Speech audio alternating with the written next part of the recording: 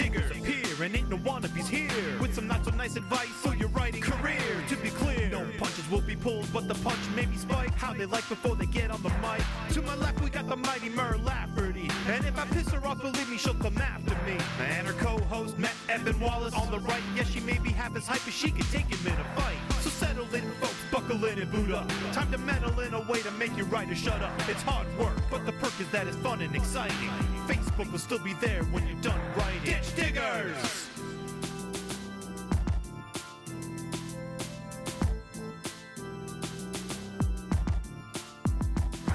Ditch Diggers! Matt is having an emergency, family emergency, so he is not here today. And Ursula has been kind enough to step in, albeit off camera. We're delighted to have you here because I prefer to have humor, but not enough to put on makeup. I don't blame you. You're giving me your time. I don't need your makeup. It's fine. Yeah, so we're doing a quick Ditch Diggers that I'm prepared with a topic. I'm just not prepared with a stream. I had a weird thing. I read a book called This Is Your Brain on Sports. And I don't remember why I was reading this, but it had some fascinating stuff in there. One of them being that whenever your brain looks at something that you want to do, say, run a race, or write, edit, promote, and then launch a book, it says, okay, I'm going to need this amount of energy to do this. And, they've tested this to say that they had people get on bikes and they could track their distance, and they're saying, okay, ride a hard 10K. And so then they rode a hard 10K and did really well. And then the next experiment was telling them to ride a hard 10K, but not telling them how far they've gone. It's like stationary bikes. And because their brains were unable to know how much further they had to go, they didn't know how much energy to put into it, and they always felt like they had to hold something back. And I just found this fascinating, and I've seen it happen in my life a lot. Like, for example, when my kid was like 4 months old, I would be the stay-at-home mom and be absolutely exhausted by the time my husband got home from work. And then I was really worried when he had a business trip, and I'm like, how am I going to do this? And I did fine, because my brain knew, okay, you need to be on for this amount of time. And I did it. So I realized that I had been planning the launch of Station Eternity for over a year. Like, I turned in the final draft September last year. That is a long-ass plan. Yes. Well, we took it off the schedule because I missed my deadlines. And so they're like, let's just finish it, make sure it's good, and then when it's final, we'll put it on the schedule, which of course meant their schedule was already filled out until they had a slot in October 2022. So, I'd been preparing for this book for a year. Not like all the time, but when I was done, when October 4th finally got here, my brain's like, wow, that was a lot. We need a break. And it nearly shut down. Like, I had to go visit somebody last week. Not even a mental energy, but it was Wednesday, the day after launch day. And I wanted to cry. I just couldn't process the thing of going to visit somebody. And so that's why I took some time off last week and missed all of my streams after Ditch Diggers, for which I'm sorry. But there's a CIA torture technique. Oh? And it's, well, I mean, there's lots of them, obviously, many of them. But one of the first things they do is they make sure you have no way of determining time passing. Mm-hmm. And at one point, they did a thing that was like, and this was a group of volunteer civilian people. They were like, we're going to hold you in this warehouse for 3 days. And people were like, yeah, no problem. 3 days of whatever. I can do that standing on my head. And they discovered they had no sense of time passing. Mm-hmm. And so at about the 12-hour mark, they thought that they must be nearly done. Wow. And did they really think they had, like, eaten and peed and slept for 3 days worth? Don't look at me, man. It might have been like 36 hours instead of 12. I don't know. It's been a while. But the point is, they had no sense of time passing. And I think what actually happened is someone did come and bring them food, and they were like, "Oh, wait a minute. This means, wait, we're not," because they had been like feeling good about it because they had this "I'm almost done" thing going on, and because they were deprived of the markers of time, and so and there were like a couple people in there. This wasn't solitary, so they were talking to each other. They're strangers. They're like, "Yeah, we're rocking this," and they said once they realized they had only been there for like however many hours, they were like, it was just suddenly crushing. Yeah, because there was so much left to go, which is almost like the opposite of what you're talking about, but and ties into the thing I always say about eating a whale one bite at a time, which is you must never look at the entire whale. Yes. Yeah, never look at the whole whale, because if you look at the whole whale, the size of it will destroy you, and you will think, I can never do this. So look at the tiny chunk of whale in front of you and eat it with ketchup. Whale with ketchup. There we go. Icelandic style. I actually don't know if they eat it with ketchup there. I when I was in Iceland, I saw a place selling whale. I did not get it. Yes, I remember. I felt that. weird. I did get puffin though, because I'm a terrible person, but they aren't in danger. You're a monster. Also, incidentally, puffin is kind of awful. It's really salty, dark meat. Yes, it was sort of damp, salty, dark meat, and they served it with I think a cloudberry, like dressing kind of thing, which was actually, the dressing was great, but not with the puffin. Okay. I think a lot of things in Iceland that they eat them because they're what's available in Iceland. Oh yeah. I mean, like bread, ice cream. You wouldn't eat puffin if you could get anything else, or hakarl. Would you really be eating Greenland shark fermented in lye for a year if you had fresh fish available? Probably. The Icelanders I spoke to all said that yes, you have to get very drunk first, and then the hakarl is a great idea, but it's kind of a frat thing. I have to go stop the three-legged dog from hurting herself. Can you chat to people? I'll be right back. Hi, people. I'm Ursula Vernon, aka T Kingfisher, your friendly neighborhood host person. I can't see the Twitch chat, so I have no idea what you're asking. All right. So I'm just gonna blather for. Oh, thank God, Mer's back. Sorry. I just. That's all good. I appreciate the blathering. She did not actually get through the barrier to the door to attack the terrible people who are bringing us mail, so we're good. But yes. we get to go back to the vet tomorrow. It's been a month since she got her new knee. Ah. Good times. I am trying to create your guest information so I can hit a button and say, Ursula's here. Yay. All right. Cool. Anyway, so, you had a topic. I did. Last week on Twitter, Twitter. I know. I heard about some things, and this was by some people I didn't know, about somebody I didn't know. So I am kind of staying out of the actual referencing, because I don't feel comfortable just referencing stuff that I'm, not 100% familiar with. But, It did remind me of something. Essentially, a guy trying to help writers with their social media, help them get followers, and then was then kind of harassing them if they did anything on Twitter that he disagreed with. this includes changing their profile picture. And, Good Lord.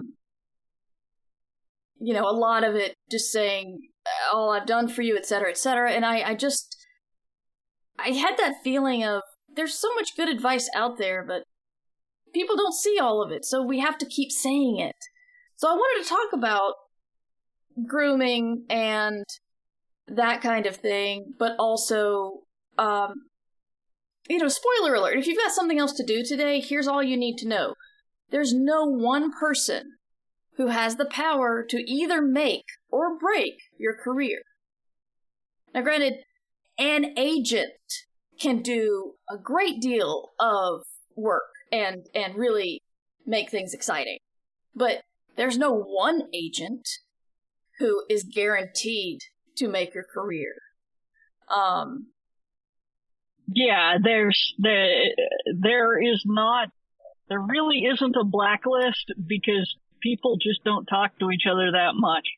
I mean, they talk to each other, so to a certain extent, so try not to be an asshole, but it's a network. It's not like every publisher has photos stapled to the wall that says, do not accept a manuscript from this person.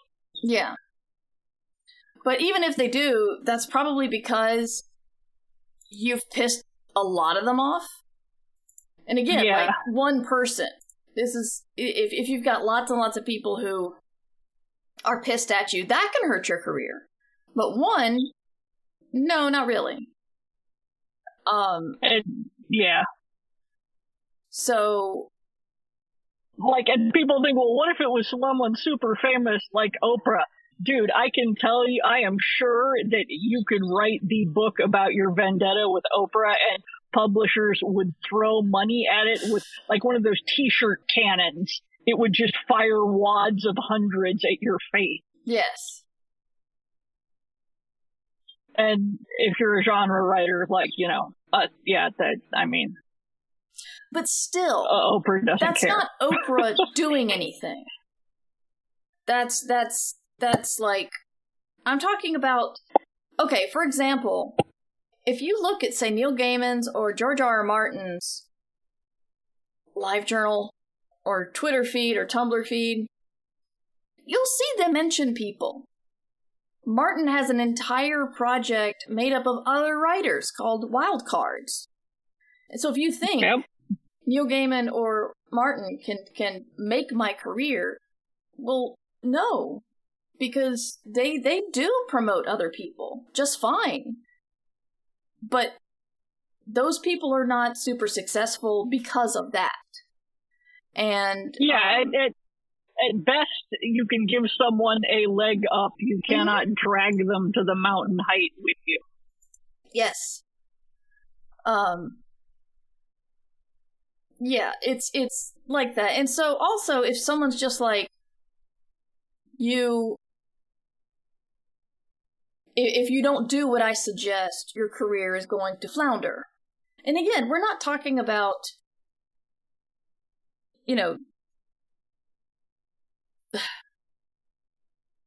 obviously not talking about anything illegal or anything assholish. I'm just talking about one person saying, hey, you need to tweet X many times a day, or you need to write X many books a year, or go to X many book launches, events, kind of thing. There are people out there who will say, you need to do these things, and if you don't take my advice, then I'm going to make you feel guilty. And this is a grooming method. And it's kind of got a gross name, but I see where it is, because it's trying to take someone who's not as accomplished as you are, offer them help, but there's always the implication of something else involved. And, I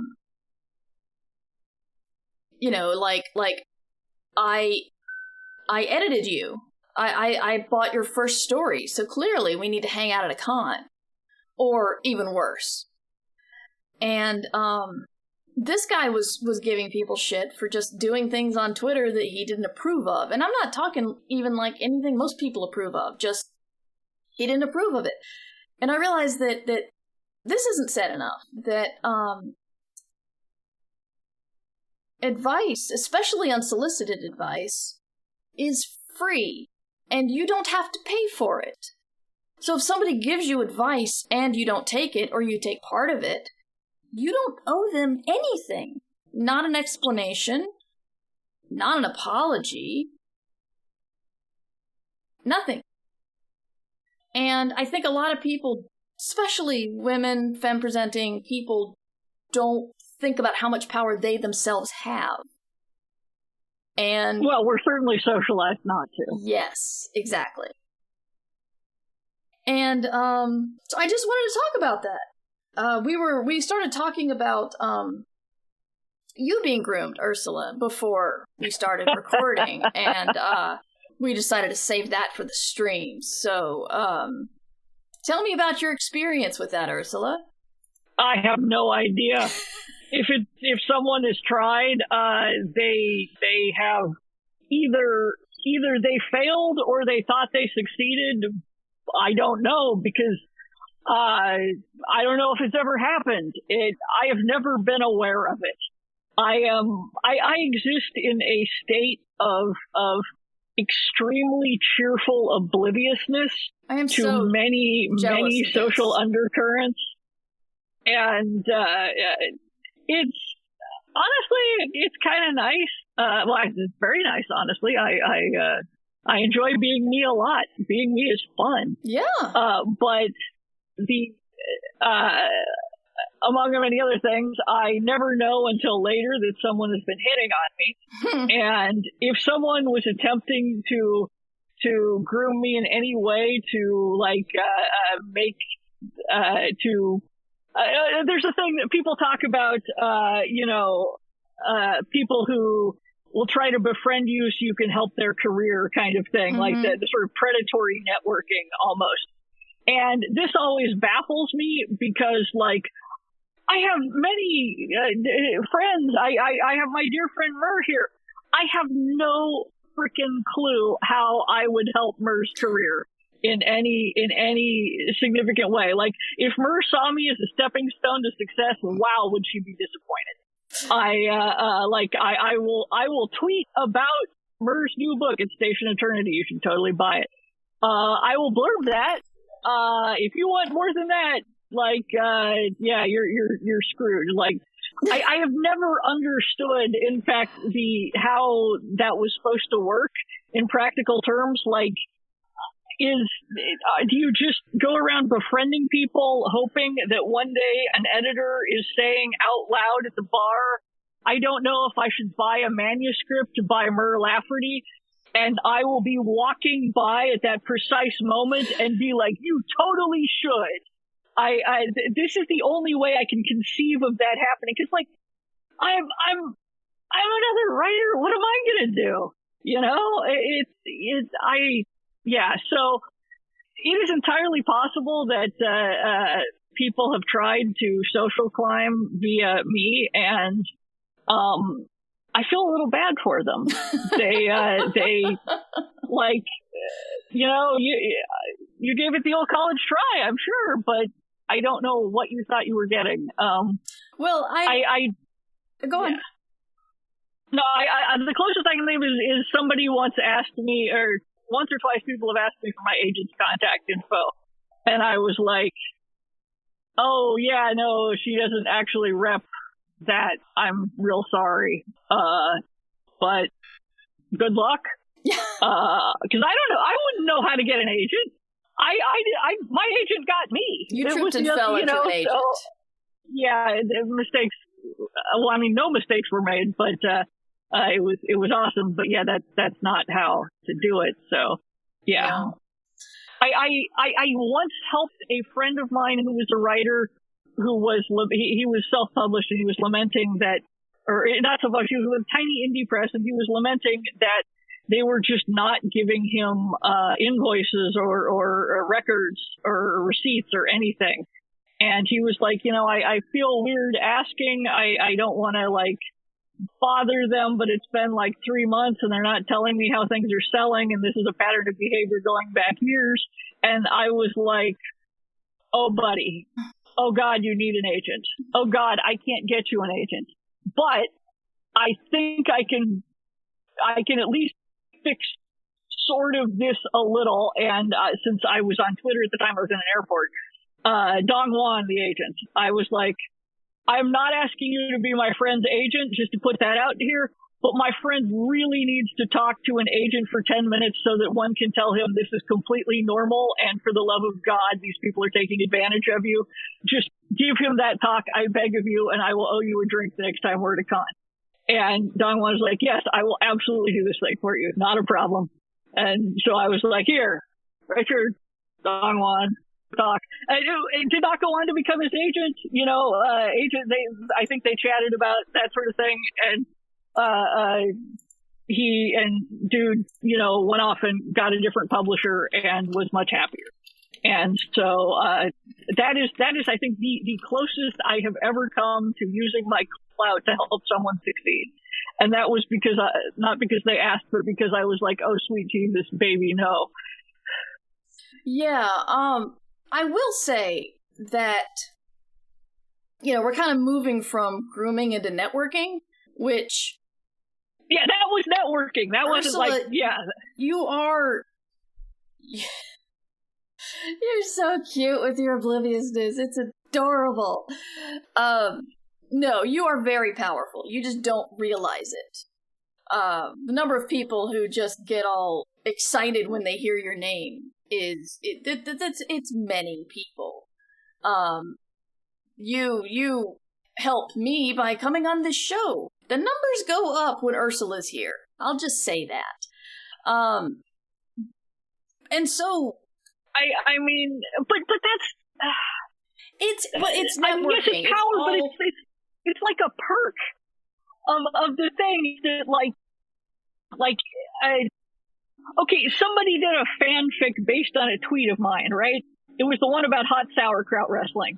So they did an AO3 fanfic about, I was in a fight with a troll, and I just started pretending that I was a Russian peasant and the Tsar's men had taken our cabbages for their illicit hot sauerkraut wrestling ring. And, okay, look, it made a lot of sense in context. I'm sure it did. And someone writes this epic about hot sauerkraut wrestling, which I thought was was wonderful. And I retweeted, or someone had sent me a link to it because they found it on AO3. And so I was able to tweet, you guys have to go read this fic about hot sauerkraut wrestling. It includes the line, a man who does not love hot sauerkraut wrestling cannot be said to love Mother Russia. And obviously any of us would be happy to have written that line. I would be proud to have written that line. And yes, the author sees this egg squeeze and has more, but that's I guess that's power, but that's the benefit of being up there, is that you can, if your opinion matters to people, you can make people really happy. Yes. When you like their stuff and give them I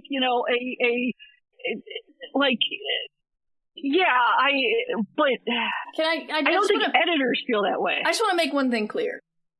Yeah.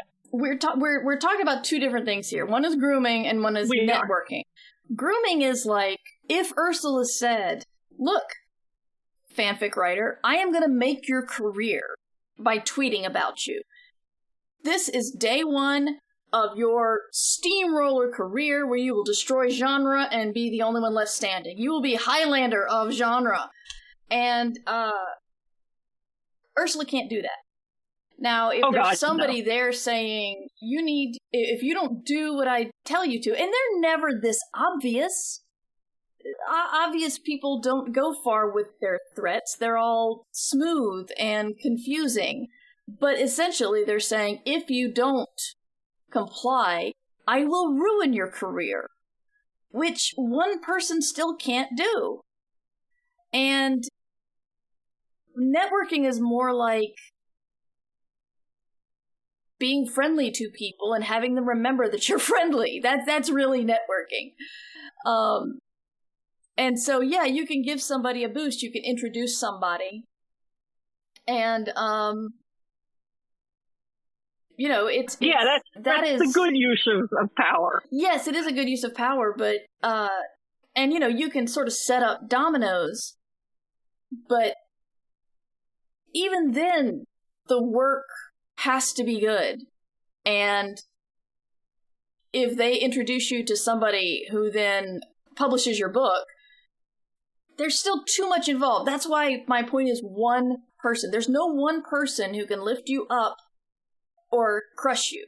And anybody who says they can are, they want something from you. And it's usually something you don't want to give. And the thing is, just to address the elephant in the room, we're all thinking it's probably sex. It might not be that. It might just be like adulation or emotional labor or whatever. But like, yeah, there are no cult leaders. Yeah. That can get you in with God. Yeah. That's really it. And I just it's kind of like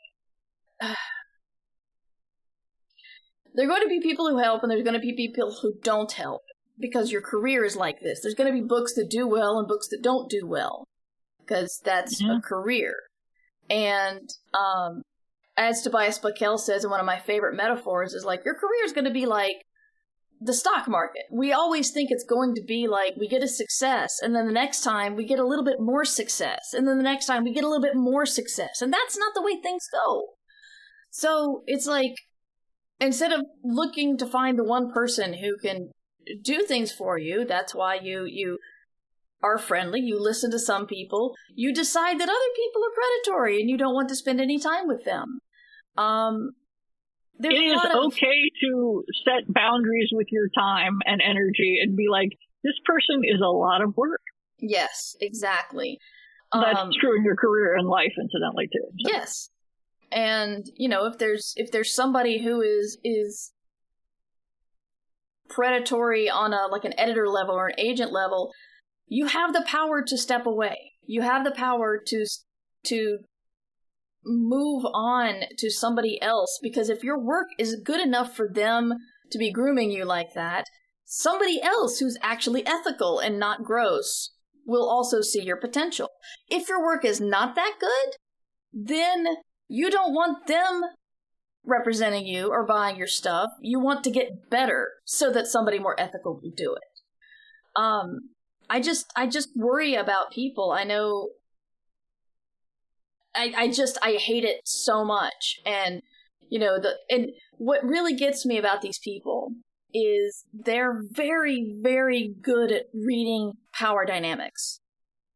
Power dynamics means if they don't see you as a target, they're not gonna groom you. Which is how, when dudes get called out for bad behavior, people step up and go, well, I've never seen this. Well, he didn't think he could groom you. It's like the cartoon with the eagles saying, do you think the fox is a predator? And the other eagle's like, no, he's always been great to me. Yeah, I don't know what Mr. Field Mouse was talking about. Yes, exactly.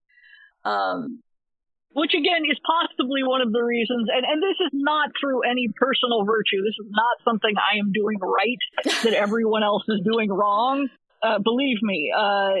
But this is probably why I have not had that problem, because any groomer with any skill in this would put out feelers and then be like, yeah, this ain't going to go anywhere. Yeah. But again, that is not personal virtue. That is just Captain Oblivious here. So yes. We've had a lot of talk in chat. I want to address some of it. Hello, everybody. We're very glad you're here. Haven't had a whole lot of interaction, so I'm sorry about that. So we are talking about grooming and giving people power that they think they can claim. Underpope says, let me help you with your social media equals a very bad sign. Kids are asleep. Bad agent can cause problems too, but not generally irreparable ones. Exactly. I mean, there are people who can mess with your career, yes. But again, it's there's no one person. I mean, if you get a bad agent, you fire the agent, and you feel bad about yourself, and you feel like you're never going to get another one when your career's over, and then you pick yourself up and you go get another agent. Or you start self-pubbing or something. But listen to Mur. Mur knows whereof she speaks on that, yes. Yes, Mur does. So, sorry. Yeah, there are certainly people who can mess with your career trajectory, as it were, but it's very, there's no one like in the industry with power to destroy you utterly. Yeah. This isn't to say that, some rando can't knife you in a parking lot and destroy your career utterly, but that's kind of a different thing, and I don't think that's what Mur is talking about. No. Yeah. I'm not saying you're all immortal. You used a Highlander metaphor early on. That's true. Kids Are Asleep says, imagine spending so much time cultivating fake friendships to get ahead instead of learning to write good. I think about that with the people who spend all their time harassing, like, Scalzi and Patrick Tomlinson. It's like, you could, with all that energy, you could do something else. Like, so much energy. They could probably create something at least big. Maybe not good, but no, they're spending all their time putting their energy towards something just foul and evil, and I just don't get it. I remember reading a thing from someone who, the men going their own way incel group, who are like men who are just done with women. Some guy was like, yeah, I, was newly single and all, and I checked out one of the forums, and it was like, I was there for a week, and I was like, all you're doing is bitching about women. You supposedly have all this money and energy. Why haven't you built like an amazing tree house? Yeah. Like, why are there no tree houses on this forum? And it's like, okay, that I feel you make a valid point there, that is, bro. Yeah. Yeah. Someone build a tree house. Yeah. Someone to be says, in the defense of bad people, learning to write good is hard work, while being a jerk really comes naturally to some, and that is fair. That's quite fair. That is true. Yes. Let's see. Confusing people is the worst. Definitely good old emotional blackmail. Sending the ladder down after you to help people climb up. But there are a lot of ladders. Thank you. That's exactly it. No one can pull all the ladders up. No one can extend all the ladders. It's like there are opportunities and people galore who can help you or push you back a little bit, but nobody can utterly make it or break it. It's just, it can't do that. Someone to be has a really good point. I think the closest to lift up or crush you are the partners and parents in your close personal life, and not people in the industry at all. That is absolutely true. Absolutely. We talk about that on my other podcast, I Should Be Writing, because I haven't had an email like this in a very long time, but I still remember the one where someone's just like, yeah, I'm unemployed and I'm looking for a job, but anytime I try to spend on my book, my husband says is wasting time that I should be spending on a job. And I'm like, well, you need to look at your marriage. I am not a marriage counselor, but you need to look at your marriage. Also, take your laptop into the toilet. Right there. Yeah. I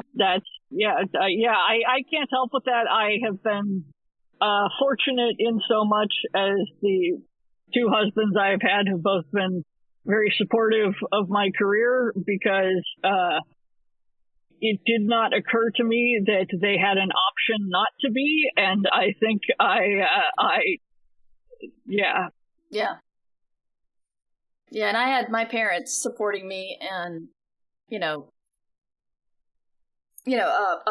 speculative writing since the beginning. Not just writing, but, science fiction. They're great. They're happy. And a lot of parents don't do that, and a lot of parents look at their kids if they write anything dark and worry about them.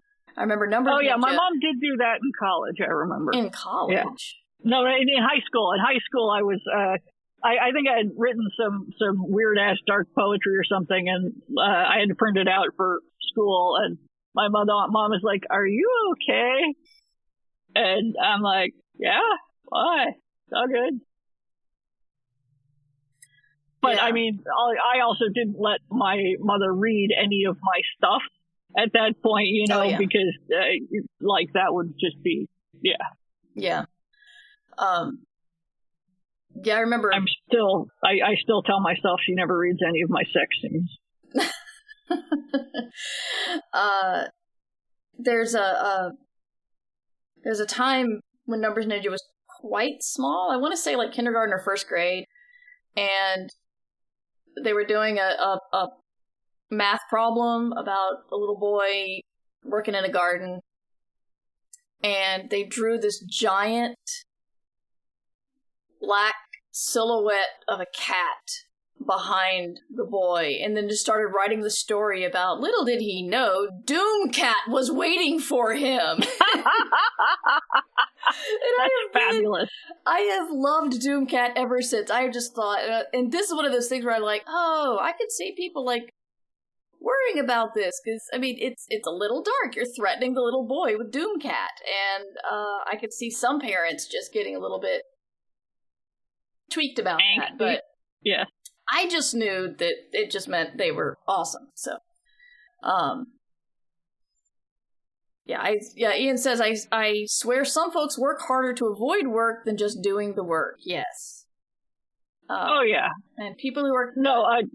truly lazy people work extremely hard sometimes. They do. And kids are asleep. The people who are cops about your time and ambitions fall under the ACAB maxim. Yes. Definitely. Yes. So is there anything I haven't touched on? I did a Twitter thread about it. Just nobody has the power. You have a lot of power. You need to acknowledge your power. If you're questioning how someone's treating you, ask someone else. There are more good people than bad people in this industry, I promise. Which gets back to the importance of having a network, or at least a group of friends that you trust, that you can be like, I need a reality check on this one. Yeah. So they can say either, wow, yeah, that's fucked up, or whoa, you are overthinking, or whatever. Because, I mean, it's also entirely possible to be hyper paranoid because of past experiences, Lord knows. But sometimes your instincts are good. Sometimes your instincts are completely screwed up because, it's like sometimes the compass points north, and sometimes somebody threw your compass in a pile of magnets, and now it just spins randomly. You have no more compass. Yeah, so it's and you probably have a pretty good idea if your internal compass has been magnetized or demagnetized, or however that works. This metaphor is getting away from me. Yeah, there have been times where I've been oblivious to people being, well, I mean, at my book launch on Tuesday night, a guy was asking me, like, about Star Trek and Lord of the Rings, and I didn't think anything about it. I just answered the questions, but then my friends at dinner were just like, can you believe that guy just gatekeeping? So have you read Lord of the Rings? Have you watched Star Trek? And I didn't even see it. And everybody was just saying how weird it was. But there was another time when I was trying to explain an interaction with a friend where another friend of mine got mad on my behalf. And I'm like, no, I think I'm right here. That my friend was not trying to be terrible at me, and I read the situation correctly. But yeah, the whole Lord of the Rings thing, I was embarrassed. My friends thought it was hysterical. Not in my expense, but I didn't even see it. Because I was on stage, and, having to... You're on stage, and the guy's question was, have you read Lord of the Rings? Yep. And you were like, yes, I'm obviously. on stage to talk about my science fiction book, by the way. Science fiction. Yes. That is an odd question to add. Yeah.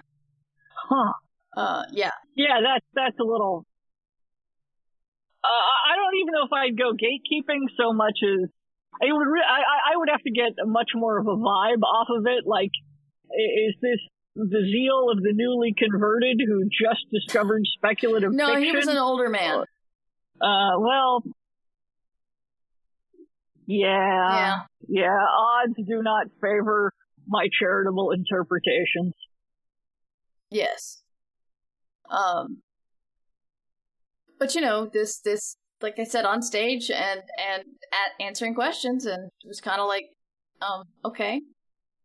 This is why I have a ringer in the audience when I do readings at cons. Yes. Because I will freeze and answer questions, and some of the questions are not what people, well, let's say inappropriate's a little strong, but, it's that whole, would you ask a dude that, really? Really think. I mean, would you ask a dude that? And, I remember there was a guy who is now in my kill file. I was actually thinking about him the other night. He interrupted my reading of Six Wakes to tell me where I was wrong. This is before it came out. He got me after my reading to tell me more things that I got wrong.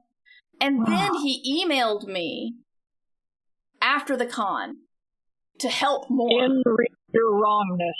Yeah. And at that point, he was kill filed. I don't remember his name. I don't know if I'll recognize him.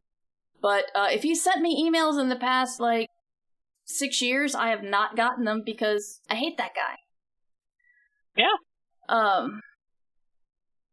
Understandably so. Dude's really had a problem with Six Wakes, now that I think about it. Any crap I got was from a dude at a live reading. I don't know what it was. Huh. Yeah. I don't know. I got nothing. I mostly read, the last few readings I've done have all been the unpublished, unannounced, unfinished, but I like it, damn it, cozy mystery where the elderly retired angel and devil solve crimes in a small town. Excellent. And it's sort of adorable, but it was, people, the thing on Twitter, what Star Wars book would you write or whatever, and mine, I'm like, I would have a retired Sith and a retired Jedi solving crimes and solving murders in a small town, and they would be gardeners and rivals. And Lucasfilm, if you're watching Mer's stream, or Disney, totally, whoever it is now, talk to my agent. And everyone is like, I would read that. And I'm like, I know you would read that, but they will never let me write that. No. I really want to see the weeding with the lightsaber scene. I really want to read that one. Just I don't have time to weed before the storm starts. And where's my lightsaber? And go looking for it and finding it and just boom. And meanwhile, the Sith is over there doing force levitate, ripping them out of the ground. Exactly. Yes. Anyway, so I was like, okay, if I file the serial numbers off that, what do I get? And the closest thing to Sith and Jedi, I figured would be retired angels and demons, and then Good Omens. And I was noodling around and written some stuff, and then the Good Omens TV show came out, and I was like, oh, motherfucker. Mm-hmm. They focused on that, and even though it's not in any way similar, it's sort of went in my mental kill file. But damn it, I like them too much, so I keep dragging them back out. And you nearly didn't write What Moves the Dead because of Mexican Gothic, but then you wrote What Moves the Dead, and I think it was an okay book. It seems like it's doing okay. Yeah. No. What Moves the Dead by Ursula, or T. Kingfisher, excuse me. Yes, who is also me. I am also T. Kingfisher. Yeah. I just waved at the screen even though I realized suddenly that I don't have video on, but right. Yes, I'm waving to you, Twitch. The kids are asleep said now something. I'm doing a cartwheel. That's a lie. That is a lie. I believe it. And they're waving back now. The Kids Are Asleep said something a little while back saying about missing stairs, and I love the concept of missing stairs, but unfortunately, by even the phrase missing stairs is something you have to tell people about. And missing stairs is a word for someone that everybody knows to avoid. If you're walking up a staircase and there's a missing stair, you just step over it. And when you and all your friends know about the missing stair, you don't think to tell someone new, hey, don't fall down that staircase because there's a missing stair over there. And it's not even necessarily that it may just be one particular thing about said person, which is often a lot of problems. It's like, you're like, I know, he's a great good, 95% of the time, and then somebody brings up, I don't know, kumquats, and he goes completely berserk on how kumquats are, and suddenly a tool of the Illuminati and the globalist elite, and suddenly it all gets really anti-Semitic, and so everybody just steps over the kumquat, and you're like, no, he's fine as long as you avoid the kumquat thing. It's like, no, he's really kind of not so fine. But yes, it's not just that everyone avoids him completely; it's that, yeah, that's what I meant. Anyway, carry on. Okay, maybe not the best analogy. I think I get it, though.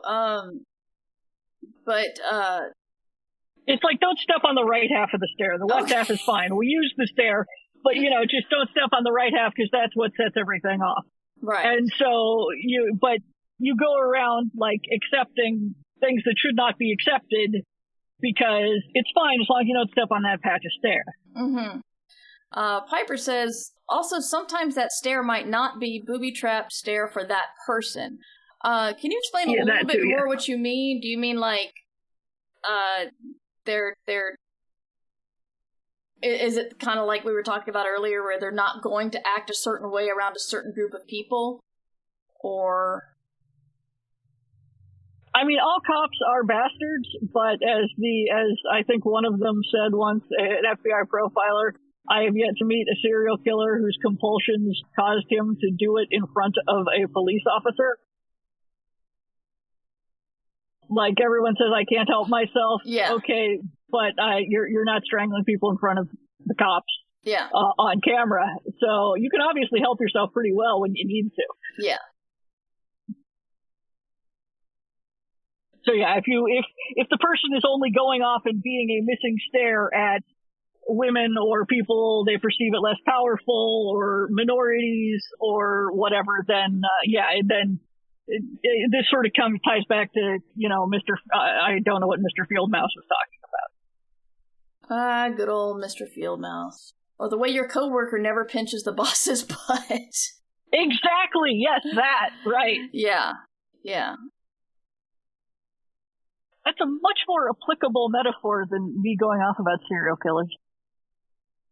Yeah, but serial killers, that's I was gonna say it's your brand, but it's not really, unless you want to write a story about a serial killer who just retired and became a gardener.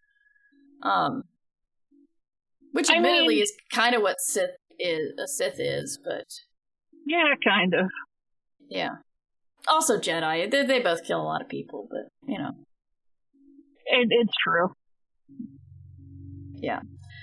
Or janitors on the Death Star, probably. Or janitors on the Death Star. Or janitors just there to sweep up all the droid poo.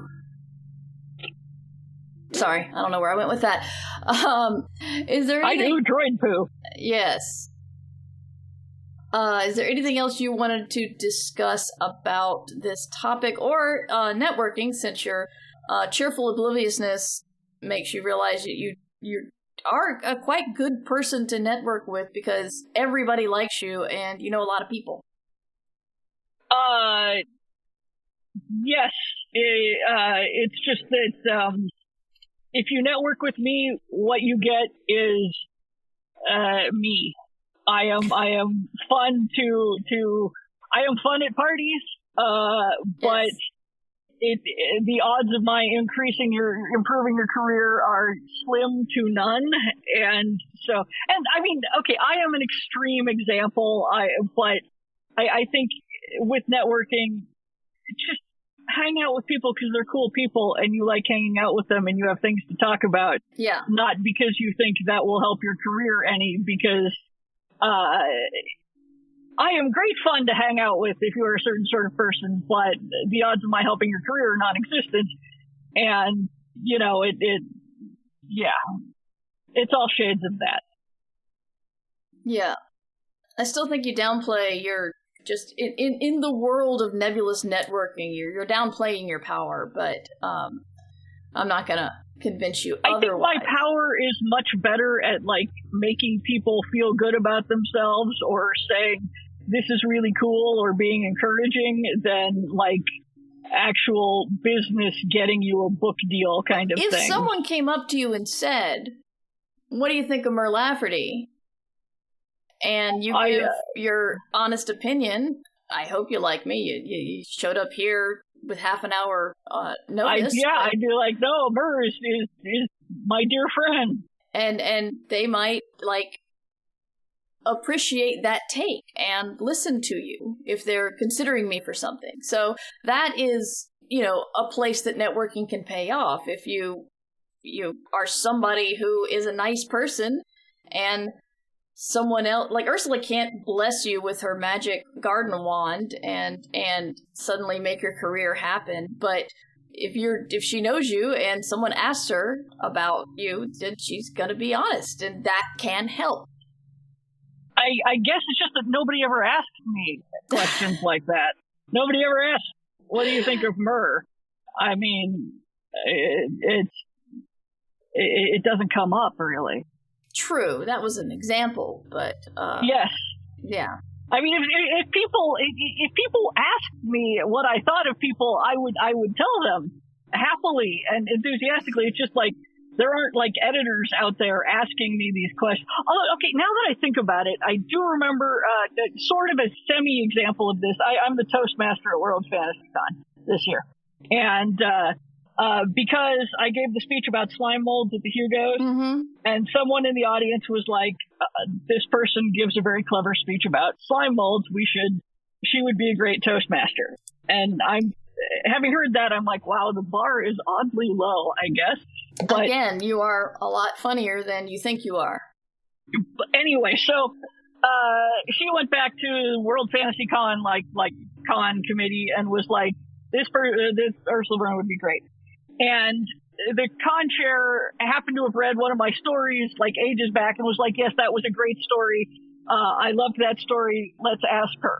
So I guess that is a case where like con committees maybe ask people's opinion. Like if I was on a ConCom and someone said, we need a guest of honor, who do you think of? Then that is a case where someone might ask me my opinion of someone, and I would tell them that I thought you were great. Right. Yeah, that I was trying to come up with an example in the real world where that actually happened of people asking other people, what do you think of so-and-so in order to achieve something, and it occurs to me, convention. I mean, not that I know how much those help people's career, though, so. Yeah, I have a friend who works on a ConCom, and he sometimes texts me and says, what do you think about this person or that person? Or is there anything I need to know, implying missing stairs, about this person or that person? Arudinel says, my mom's a perfect example. Women are told so often they aren't important or don't have any real power that it's all too common for them to not understand how powerful just being everyone's favorite person to hang out with really is. That is true. Also, I kind of want to hug your mom. Aw. Oh. Yes. Your mom sounds lovely. Yes. Yeah, so if you guys have any questions, let us know in the next couple of minutes, or else we're going to move on. That makes it sound like I'm threatening you, but we're going to have to move on at some point. But well, if you have any questions... What are we moving on to? Well, no, I was going to say we're going to end the show, and unless you have something else you want to talk about. No, but aren't we supposed to do, like, what have you been working on, Mer? Oh, yeah, we usually do it at the beginning. We haven't... It's been out. I'm sorry. The book launch really broke my brain. I'm sort of coming back online, but I've got that slow boot up process. What am I working on? I've actually okay to say you are working on recovering. I'm working on recovering, but I'm also giving myself permission to work on something fun at this very moment. And I'm working on a solo tabletop RPG, and I worked on that today, and I'm very pleased with the premise. It amuses me. It's about plants. So, Ooh. Yeah, that's kind of what I've worked on a lot today. My producer is not well, and all my thoughts go out to her, and so I'm having to catch up on posting and editing podcasts myself. So also catching up on that, and I got some edits for smaller projects as I await the edits on my Midsolar Murders 2 book, which, I'm sorry? I was making a dun-dun-dun yes, sound dun, of dun, there will be a dun. Midsolar Murders 2, yes. I'm just kind of... I knew it would come around November, and, I want to write something for NaNoWriMo, and I'm going to get novel edits dumped on me, and it's going to make me sad, so... Yes, solo is in one-person RPG, not solo is in the character, because that is not something I want to do, because I would possibly get sued. What about you, Ursula? I have to get the next Easton novella done, and I was proud of myself. It was going to be due at in the beginning of November, and I went to my editor and said, I think I need more time because everything is compressing around my brain, and people keep needing me to drive them to doctor's appointments, or the air conditioning or the HVAC system is blown up and I need to handle that. And so can I get an extension? And she was like, yeah, how about December 15th? And I'm like, I love you forever. So yes, I have the Easton novella, which is sort of a sequel to What Moves the Dead. Same character, fewer fungus. Excellent. And I also have to, I am slowly working on the next Paladin novel, and I have the edits for another kid's book that I am going to self-publish before the end of the year, and I really need to get those edits out, dealt with. So, So you're self-publishing a kid's book? Well, it's like Wizard's Guide to Defensive Baking. It's sort of a middle grade, but adults will hopefully enjoy it too, since that's the primary audience in self-pub is adults. Right. Don't try to be a self-published children's book author where your primary audience is children. That's a lot of heartache. Yeah. But kids don't really do a lot of impulse buying on Kindle, the Amazon Kindle shop. So. Yeah, it's all it is staggering the difference in ebook sales between the Dragon Breath books and one of my self-pub. We're talking 2-3% on Dragon Breath, and 60-70% on a T. Kingfisher self-published book Wizard's Guide to Defensive Baking. So, yeah. But lots of adults will read them to kids. I have lots of readers who love reading, middle grade books. So they do great in the sort of the market that I have, but that's as much to my specific readers as to anything else. So yeah.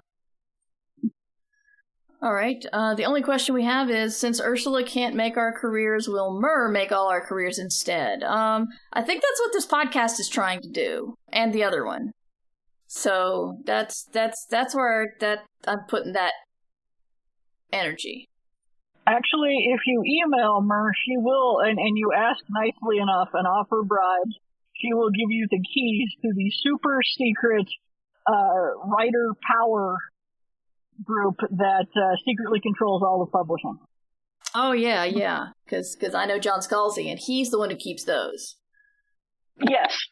And he's the one who talks to all of Hollywood about turning all of their shows woke. Yes. I've heard he's in charge of that. Well, no, I think that's Neil Gaiman, because, he was the one who made Rings of Power. And so... Oh, yeah. If you missed that running joke, people keep accusing Neil Gaiman on Twitter of having ruined Rings of Power. He has nothing to do with the show. Yeah. He has not worked on it. He is not involved in any way, but it's all, why did you do this? And he's like, all right, I'll stack everyone involved in my version immediately. Mm-hmm. Yeah. But also, he put queer people in The Sandman and made dream all goth. Yes. And made Desire androgynous and non-binary. Yeah. Just for Hollywood, mind you. Just for Hollywood, yeah. Sandman wasn't like that before. Oh, not at all. Not at all. I'm hurting my neck trying to see my way around that one. If you're not a reader of Sandman, both Dream and Desire look so much like their comic counterparts. It's scary how well they did in casting those. Oh, absolutely. And there were lots of gay people in Sandman in the original, and yeah. So it's all good. Exactly. I love the casting. Yes, the casting's awesome. Can I get the keys to an elite writers club without an elite MFA? No, you have to get an MFA, and it has to be an elite one, not just, cheap ass MFA. Although pro tip, you don't actually have to get a writing MFA. You can have one in entomology. An MFA? Look, it's really hard to get for obvious reasons, but you can get into the secret writer room if you have an MFA in entomology. Wow. Okay. Yeah, you got a lot of bugs, though. Okay. All right. There's only one college that gives it. There's only one college that gives. I have an NFA in mycology. None of those bargain basement MFAs. No. All right. I think we're done. Is there anything else you want to say to our lovely audience who's hanging out and being awesome? You're awesome. And the Hot Sauerkraut Wrestling fanfic is actually really fun. You should go Google that on AO3. This podcast was produced under Creative Commons Attribution, Non-Commercial, No Derivatives License. Music provided by Devo Spice, devospice.com. Ditch Diggers! This is a free podcast brought to you by the kindness of our patrons. If you would like to also be kind and a patron, go to patreon.com/mightymur.